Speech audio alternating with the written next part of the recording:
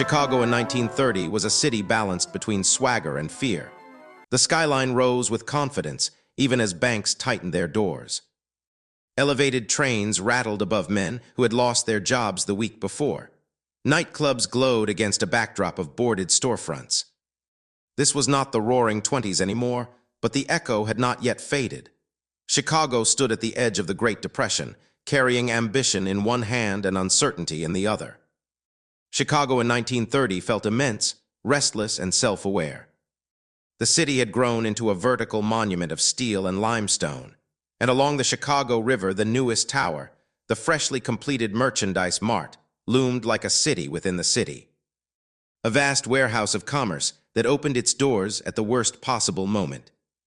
Across the loop, the bright terracotta crown of the Carbide and Carbon building shimmered in the sunlight, its Art Deco lines signaling modernity even as financial markets faltered. Chicago had always believed in building upward when faced with doubt, and in 1930, that instinct had not yet faded. The streets of the Loop were thick with movement each weekday morning. Elevated trains roared overhead on iron tracks, scattering sparks in winter darkness. Men in wool overcoats carried newspapers folded under their arms, scanning headlines for hints of stability. Women in cloche hats navigated sidewalks with deliberate pace, some heading to offices as stenographers, others to department stores along State Street. The storefront windows still displayed radios, silk dresses, and polished shoes, though fewer customers lingered to admire them. The Great Depression had begun the previous autumn after the market crash of 1929, but in Chicago, the consequences unfolded unevenly. Some factories along the south branch of the river reduced hours rather than closing outright. The Union Stock Yards, long the muscular heart of the city's meatpacking industry, continued to process cattle and hogs arriving by rail, though prices fluctuated and orders slowed. Smoke still rose from industrial corridors on the south side, but there was an edge to the activity, a sense that production was being measured more carefully than before. Neighborhoods retained strong identities. On the near west side, immigrants from Italy and Eastern Europe filled tenement apartments with the smell of bread and simmering stews. In Polish parishes, priests delivered sermons that blended faith with practical encouragement, reminding congregants to rely on one another. On the south side, African-American families who had come north during the Great Migration faced a tightening job market. Many worked in steel mills or as domestic laborers, and when hours were cut, entire households adjusted their routines. Rent parties became more frequent, music drifting from apartments where neighbors gathered to raise money to prevent eviction. Prohibition shaped daily life in ways both visible and concealed. The 18th Amendment had been in effect for a decade, and Chicago had become synonymous with organized crime. Though sensational headlines often exaggerated the spectacle, violence was not abstract. The St. Valentine's Day massacre had taken place only a year earlier, in 1929, leaving bullet-scarred walls in a North Side garage and a lingering sense that rival gangs would not easily fade. Figures like Al Capone remained household names. Capone's organization controlled breweries, speakeasies, and distribution networks that reached into ordinary neighborhoods. Taxi drivers, bartenders, and small shop owners understood that certain payments ensured smooth operations. The presence of crime was less theatrical than later films would suggest. It was woven into business arrangements and quiet understandings. Yet Chicago was not defined solely by its underworld. Civic leaders promoted culture and reform with equal determination. The Art Institute of Chicago drew visitors into cool galleries where impressionist paintings hung in careful rows. Students at the University of Chicago debated economics and sociology, attempting to interpret a collapsing financial system with academic rigor. Scholars associated with what would later be called the Chicago School studied urban life as a living laboratory, observing patterns of migration, poverty, and adaptation without romanticism. Public transportation stitched the city together. Streetcars clanged along broad avenues, their windows fogged in winter. The elevated lines circled the Loop and extended into outlying neighborhoods, carrying factory workers before dawn and returning them after dark. A nickel fare granted access to miles of track, and even in economic decline, ridership remained high. Automobiles were increasingly common, but ownership was not universal. Parking along downtown streets required patience, and traffic officers directed intersections with firm gestures. Housing reflected both aspiration and constraint. Bungalows lined quiet residential streets on the northwest and southwest sides, modest brick homes built for skilled laborers who had achieved a measure of stability during the 1920s. Apartment buildings closer to the lake offered more ornate facades, with carved stone details and small balconies. In wealthier enclaves, large houses stood behind trimmed hedges, though even their conversations about investments and losses grew more subdued as 1930 progressed. Lake Michigan formed the city's eastern boundary, a constant presence of gray-blue water. In summer, families walked along beaches near Jackson Park or Lincoln Park, seeking relief from heat that settled heavily over brick and asphalt.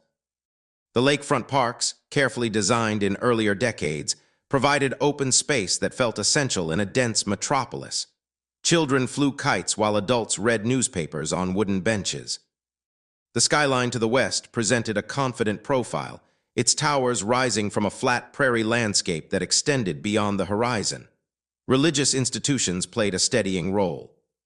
Catholic, Protestant, and Jewish congregations anchored neighborhoods with schools and charitable networks. When men lost jobs, churches organized food distributions without ceremony. Soup kitchens expanded quietly, often funded by small donations collected from parishioners who could still afford to give. Pride prevented many from admitting hardship openly, but assistance flowed through trusted community channels. Politics in Chicago retained its practical character. City government navigated budget constraints while maintaining essential services. Public works projects were discussed as potential solutions to unemployment, though large-scale federal intervention had not yet arrived. The memory of earlier labor conflicts remained vivid, and officials understood that prolonged joblessness could trigger unrest. Police patrols continued their routines, addressing petty theft and maintaining order in commercial districts. The press chronicled each development with a mixture of urgency and restraint.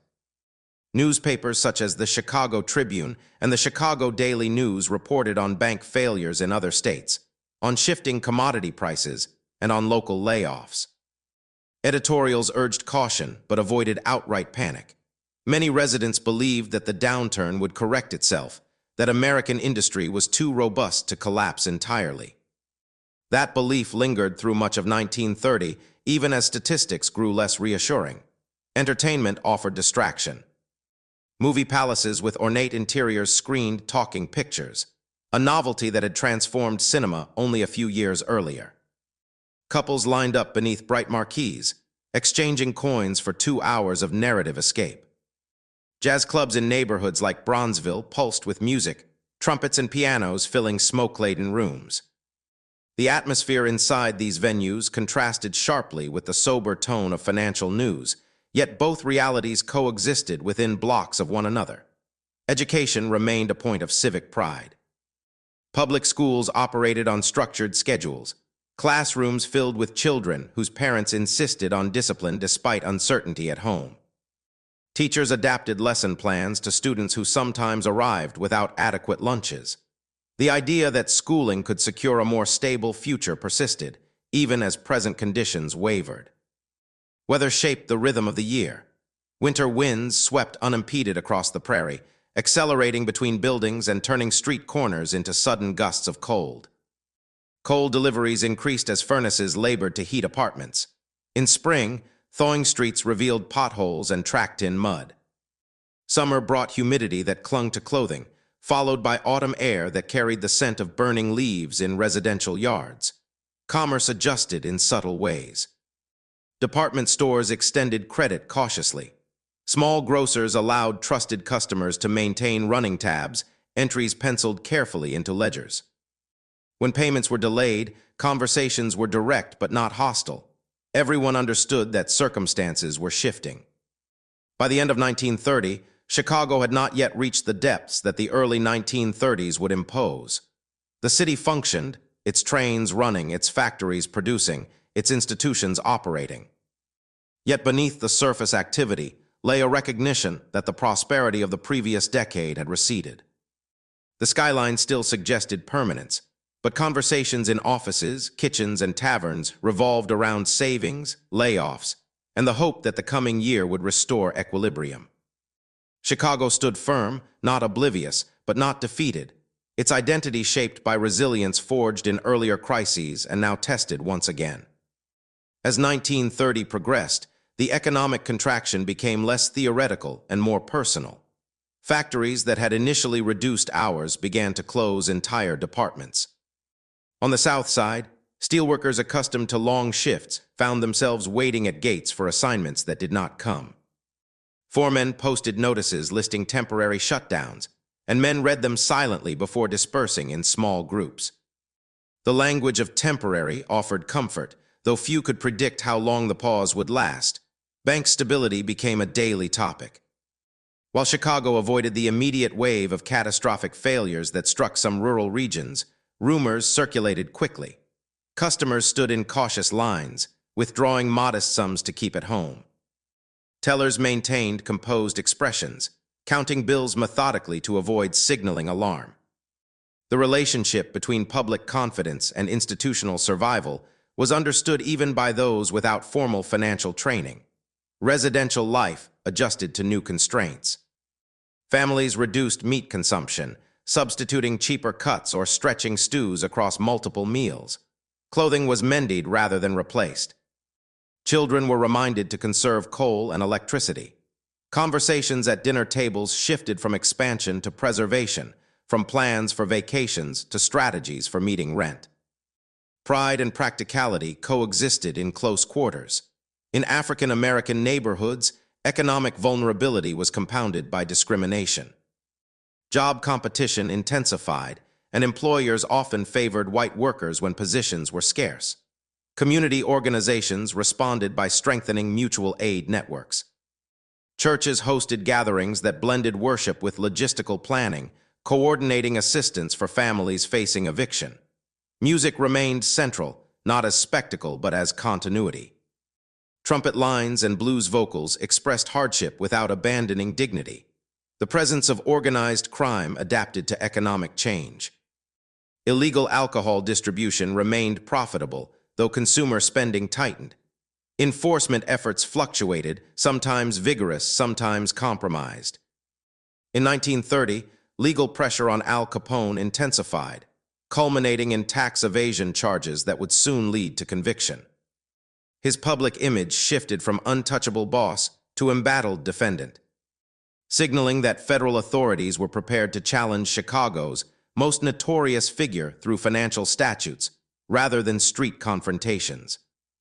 City infrastructure required maintenance despite shrinking revenues. Streets needed repair, sewers demanded oversight, and public transit required constant inspection. Municipal employees faced wage uncertainty, yet many continued working with professional commitment. The understanding that civic order depended on routine labor fostered a sense of duty among workers whose own financial futures were uncertain. The cultural life of the city did not disappear. At the Art Institute of Chicago, exhibitions continued, offering exposure to European masters and American modernists alike. Visitors moved quietly through galleries, perhaps lingering longer than before, as art provided contemplation in unsettled times. Universities hosted lectures analyzing global trade, monetary policy, and social reform, attempting to interpret events that seemed to outpace theory. Lakefront parks remained accessible and free. On Sundays, families gathered for picnics composed of simple fare. The skyline, viewed from grassy stretches near the water, appeared unchanged. Buildings did not reveal vacancies from a distance. The visual stability of architecture contrasted with the instability of employment, creating a subtle dissonance between appearance and lived experience. Transportation patterns reflected shifting priorities. Some commuters abandoned automobiles to save on fuel and maintenance, returning to streetcars and elevated trains. Conductors observed familiar faces more frequently, as routines contracted closer to home. Travel beyond the city declined for those whose budgets no longer permitted discretionary trips. Winter at the close of 1930 tested resilience further. Cold intensified the consequences of unemployment. Heating costs rose just as incomes fell. Charitable organizations expanded distribution of coal and blankets, coordinating deliveries with practical efficiency. Lines outside relief stations lengthened, though order was generally maintained. Public expressions of anger were restrained.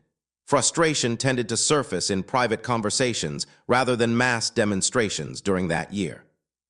Children experienced the downturn indirectly yet unmistakably. Some left school earlier than planned to seek work, contributing wages to household budgets. Others absorbed the tension in their parents' voices, sensing that stability could not be assumed. Play continued in alleyways and schoolyards, but the boundaries of possibility narrowed subtly. Commercial districts evolved block by block. A shuttered storefront might stand beside a thriving pharmacy. Window displays became simpler, less extravagant than during the late 1920s. Sales signs appeared more frequently, advertising discounts that would have seemed unnecessary 2 years earlier. Merchants balanced optimism with realism, calculating inventory orders with caution. Chicago's identity as a rail hub persisted. Freight trains arrived daily, carrying grain, lumber, and manufactured goods. The rail yards remained busy, though volumes fluctuated. The city's geographic position ensured continued relevance in national distribution networks, providing a structural advantage even amid contraction. By the year's end, it was evident that the downturn would not resolve quickly. The optimism that had characterized early 1930 diminished, replaced by sober acknowledgement of systemic weakness. Yet Chicago did not cease functioning. Institutions adapted incrementally, communities reinforced internal support systems, and individuals recalibrated expectations. The skyline still marked the horizon, elevated trains still circled the loop, and Lake Michigan still pressed against the eastern shore. Chicago in 1930 was neither a city in collapse nor a city in denial. It was a metropolis confronting economic reality with pragmatic endurance. Daily life continued in measured steps. Work sought, meals prepared, prayers offered, trains boarded. The drama of the era was not constant spectacle but cumulative strain. By moving through that year, residents learned to navigate uncertainty without theatrical gestures. They adjusted, conserved, collaborated, and waited. The city's character, forged in fire and rebuilt after earlier catastrophes, absorbed the shock of depression with a steadiness that would define its trajectory through the years that followed.